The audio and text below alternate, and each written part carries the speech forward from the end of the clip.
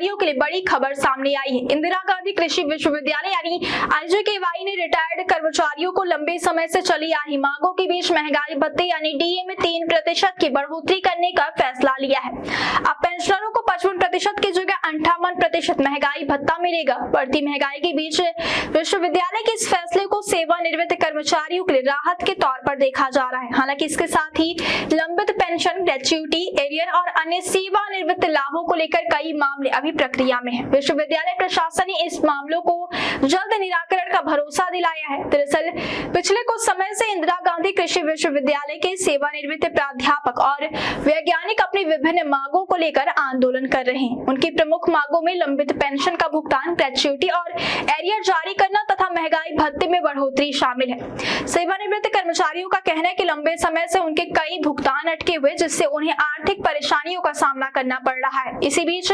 विश्वविद्यालय प्रशासन की ओर से DA बढ़ाने और लंबित पेंशन मामलों को लेकर स्थिति स्पष्ट की गई है। प्रशासन का कहना है कि सभी मामलों की नियमानुसार जांच और प्रक्रिया पूरी की जा रही है और पात्र कर्मचारियों को राहत देने के लिए चरणबद्ध तरीके से कार्यवाही की जा रही है। विश्वविद्यालय के मुताबिक हाल के वर्षों में सेवानिवृत्त हुए कुल 42 प्राध्यापकों और वैज्ञानिकों के पेंशन प्रकरण सामने आए हैं। इनमें से 15 कर्मचारियों को 90% अंतरिम पेंशन स्वीकृत कर उसका भुगतान किया जा रहा है, यानी नियमित पेंशन को लेकर अंतिम निर्णय होने तक इन कर्मचारियों को उनकी पेंशन की 90% राशि अंतरित तौर पर दी जा रही है। वहीं 15 अन्य कर्मचारियों के पेंशन प्रकरण स्थानीय निधि संपरीक्षा संचालनालय को सत्यापन के लिए भेजे गए हैं।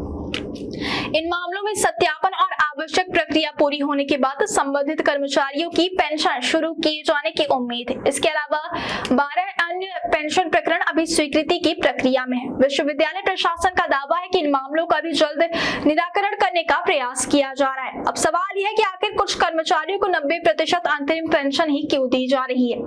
विश्वविद्यालय प्रशासन के मुताबिक कुछ सेवानिवृत्त कर्मचारियों की नियुक्ति से जुड़ी सेवा शर्तों और उनके अनुपालन में तकनीकी विसंगतियां सामने आई हैं। इन्हीं विसंगतियों के कारण विश्वविद्यालय के लेखा नियंत्रक और स्थानीय निधि संपरीक्षा संचालनालय की ओर से कुछ मामलों में आपत्तियां दर्ज की गई हैं। इन आपत्तियों का अंतिम समाधान होने तक नियमित पेंशन स्वीकृत करने में दिक्कत आ रही है। हालांकि कर्मचारियों को पूरी तरह आर्थिक संकट में न छोड़ते हुए मानवीय आधार पर 90% अंतरिम पेंशन का भुगतान किया जा रहा है। जिन मामलों में नियमों को लेकर स्थिति स्पष्ट नहीं है, उन्हें विश्वविद्यालय प्रशासन ने राज्य शासन के पास मार्गदर्शन के लिए भेजा है।